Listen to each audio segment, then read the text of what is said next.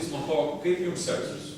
Išties burt šitą bendruomenę, aplinkinės bendruomenės, demonstruot tai, ką jūs darot, tikinant dar papildomai žmonės, pagaliau į krizę jau pasibaigė, arba baigėsi.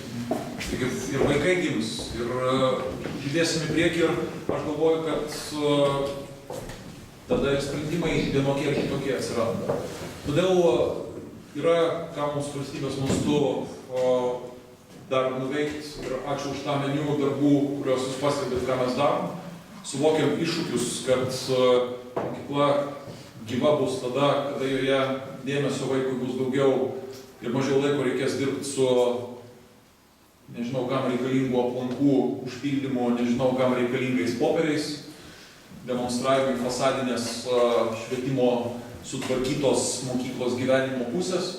Ne tam yra švietimas, visai kitkam, ir gyvenimo tempas jūsų jaunų žmonių diktuojamas turi netrukdyti mokyklą irgi priimti šitą gyvenimo tempą, kaip ne strimgalį lėkimą vardan lėkimo, o kaip tokio gyvenimo realybę.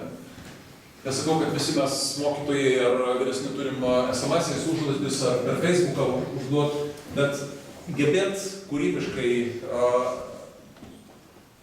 kurti ir stiprinti mokyklos atmosferą ir padėti jauniem žmonėm tapti ateities savo bendruomenės, jeigu norit rajono ar valstybės lyderiais.